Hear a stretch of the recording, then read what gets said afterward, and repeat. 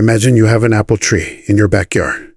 You could pick all the apples today and store them in your cellar. They'll stay fresh for months. You know exactly what you have and exactly how many pies you can bake. That's a bit like saving money.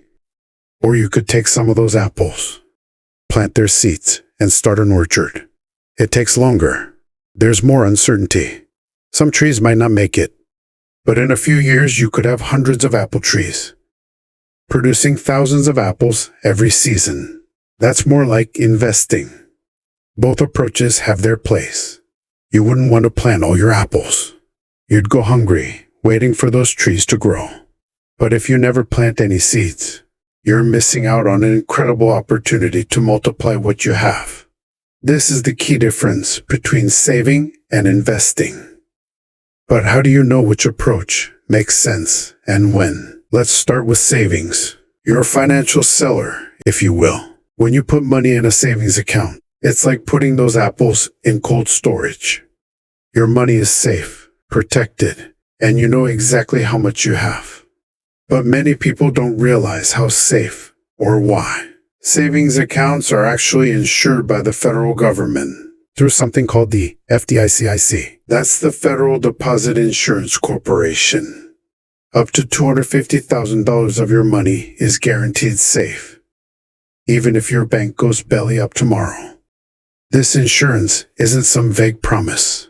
It's rock solid. Since the FDIC was created in 1933, no one has ever lost a penny of their insured deposits. Not during the 2008 financial crisis. Not during the 1987 stock market crash. Not ever. So, should you put all your money into a savings account? Probably not. All this safety comes with a trade-off. Remember our apple cellar. Those apples aren't going to multiply in there. They might even slowly shrivel up a bit. Just like your money can slowly lose value to inflation. Let's look at the numbers. Right now, a typical savings account pays about 5% interest per year. That means if you save $1,000 after a year, you'll have $1,005. Not exactly retirement money, is it? Meanwhile, inflation, that's the general rise in prices over time, typically runs about 2-3% per year. So while your $1,000 grew to $1,000, the stuff you could buy with that money now costs $10 to $20 or more. You're actually losing purchasing power, even though your account balance is going up. But don't despair. This doesn't mean savings accounts are useless. Far from it. They're absolutely essential for certain situations. First, let's look at the alternative. Investing. Remember our apple tree metaphor? When you invest, you're essentially buying assets that have the potential to grow over time. The most common way to do this is through the stock market. You might be thinking, isn't the stock market just gambling? Not exactly. When you buy stocks, you're not placing bets. You're buying actual pieces of real companies. If you own Apple stock, you literally own a tiny slice of Apple. Every iPhone sold, you get a microscopic cut of that profit. Every MacBook, same thing. And here's the kicker. Over the long term, the stock market has grown by about 10% per year on average. Not every year, mind you. Some years, it's up 20%. Some years, it's down 10%. But over time, that average has held remarkably steady. Let's put some real numbers to this. Remember our $1,000 in the savings account that grew to $1,005 after a year? Well, if you invested that same $1,000 in a broad mix of stocks and waited 30 years, based on historical averages, you'd end up with $17,449. That's not a typo. That's the magic of compound returns.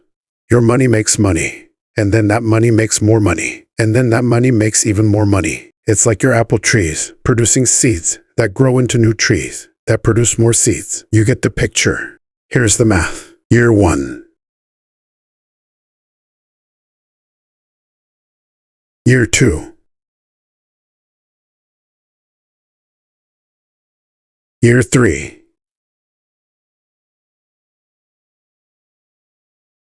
And it just keeps growing faster and faster. By year 30, your money is earning more in a single year than you originally invested. Now that's how you build wealth. Of course, there's a catch. There's always a catch. Unlike savings accounts, investments aren't FDIC insured. When you invest in stocks, their value can go down, sometimes by a lot. Remember 2008? The stock market dropped by about 50%. If you had $10,000 invested, it became $5,000 seemingly overnight. Or more recently, 2022, when both stocks and bonds dropped at the same time. Something that historically almost never happens. But hear this. These drops are temporary. If you can stay invested long enough, every single major drop in stock market history has eventually been followed by new all-time highs. Every single one. Think about it. Companies don't just give up when times get tough. They adapt, they innovate, they find new ways to make money. And as a stockholder, you benefit from all that ingenuity. Now that you understand why to invest, let's talk about how. There are several types of accounts you can use. And surprise, the government actually wants you to invest for your future. They want it so much, they'll even give you tax breaks for doing it. First up is the 401k, which is offered through many employers. The money goes straight from your paycheck into investments before taxes are taken out.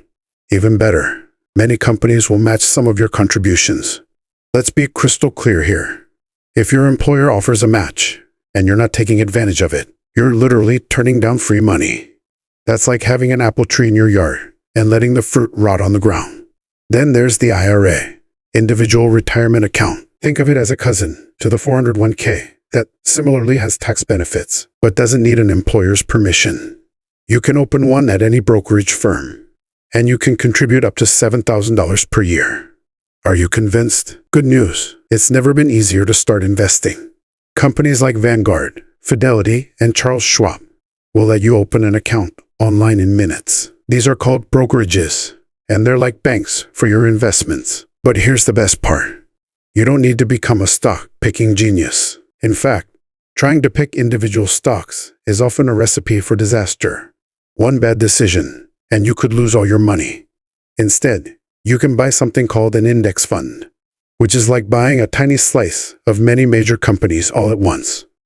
When you buy an S&P 500 index fund, for example, you instantly own small pieces of the 500 largest companies in the United States, like Apple, Microsoft, Amazon, and about 497 others.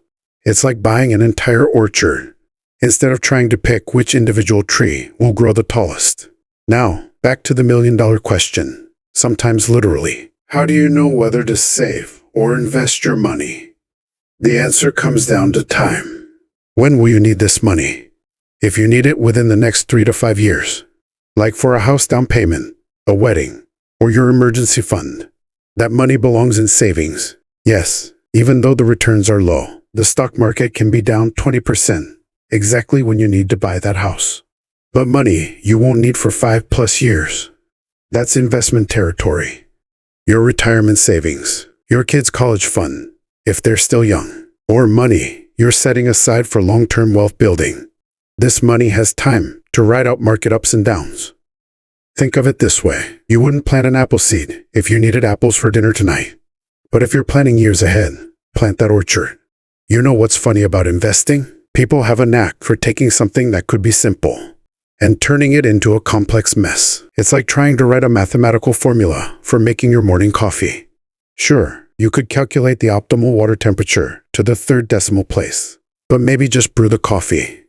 The same thing happens with investing.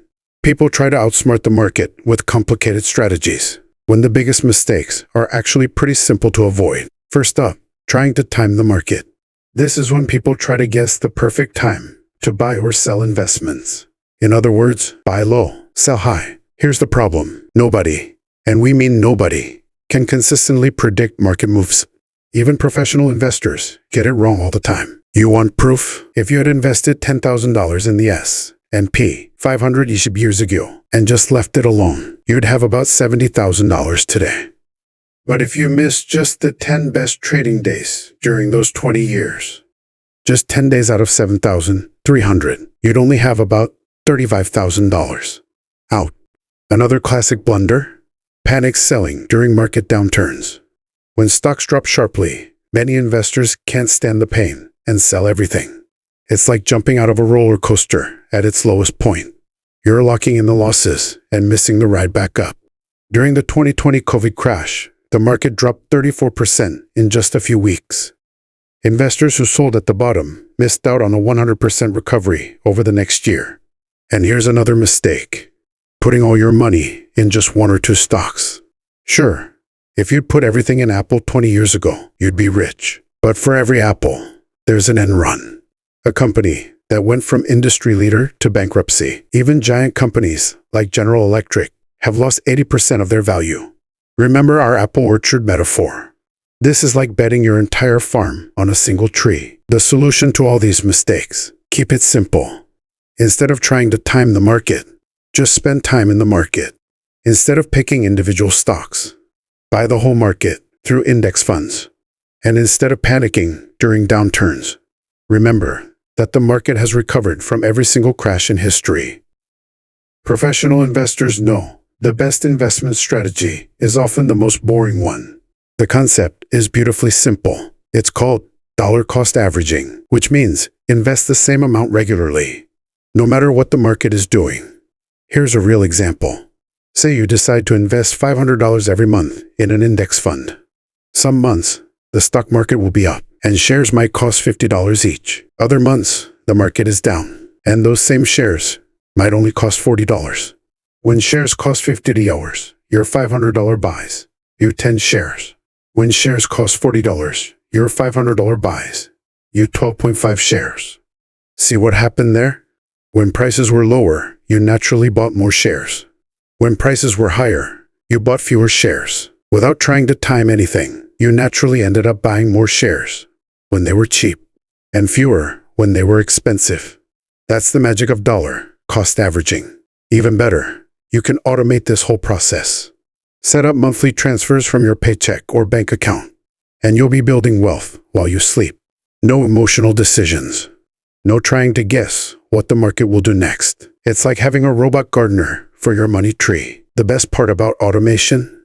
It protects you from your own worst instincts. When the market is crashing and everyone is panicking, your recurring investment keeps right on buying, picking up shares at discount prices. When the market is soaring and everyone is getting greedy, your automated investment keeps you disciplined, preventing you from going overboard.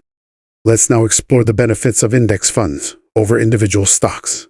That's part of something called diversification, spreading your money across a variety of investments to reduce risk. Think about it this way. If you invested everything in one company's stock, and that company goes bankrupt, you lose everything. But if you own pieces of hundreds or thousands of companies, you're protected against any single company's problems. And it's not just about stocks. You can also invest in bonds, which are loans to companies or governments, real estate funds, and other types of investments. Each type tends to behave differently in different economic conditions. When stocks are down, bonds might be up, and vice versa.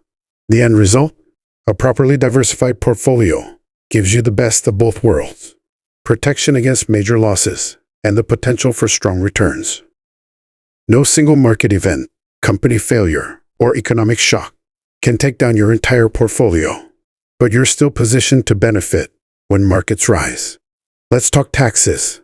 With a regular savings account, any interest you earn gets taxed as ordinary income. That means if you're in the 22% tax bracket and you somehow manage to earn $100 in interest, Uncle Sam takes $22. Not great. But investing. If you buy and hold investments for more than a year, you get a special gift from the IRS called long-term capital gains rates. Instead of paying your normal tax rate, you might pay just 15% or even 0% on your profits, depending on your income, and it gets better with retirement accounts. In a traditional 401k or IRA, you don't pay any taxes on the money you put in until you take it out in retirement. In a Roth IRA, you pay taxes now, but then never pay taxes on the growth, ever. That's like prepaying for an all-you-can-eat buffet of tax-free returns. There are some common myths out there that are really just excuses for not saving and investing. Myth number 1. You need a lot of money to start investing.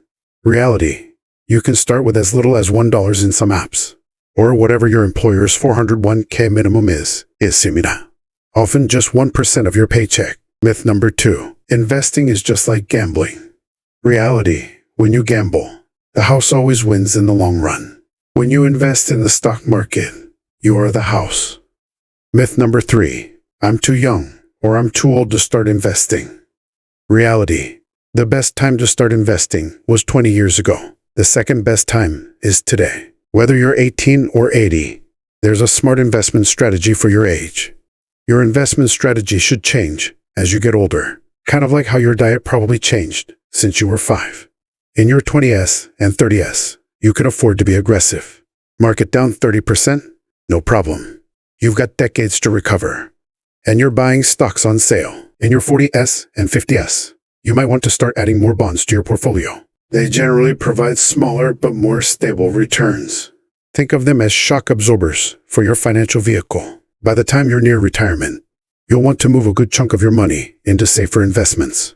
After all, you don't want to postpone retirement just because the market had a bad year. Here's a roadmap to get you started saving and investing. Build your emergency fund first. Aim for 3 to 6 months of expenses in a high-yield savings account. If your employer offers a 401k match, contribute enough to get the full match. It's the closest thing to free money you'll ever find. Consider opening a Roth IRA for some tax diversity in retirement. Future, you will thank present you. Automate your investments. Even small amounts add up over time. Resist the urge to change your investments too often. Your wealth is like a bar of soap. The more you touch it, the smaller it gets. Remember, saving versus investing isn't really an either-or choice. It's about using both tools appropriately. Your savings account is your financial shield, protecting you from life's challenges. Your investments are your financial sword, helping you cut through inflation and build real wealth over time. The key is to use each tool for what it does best. Don't try to chop down trees with a shield, and don't try to block arrows with a sword. That's smart money.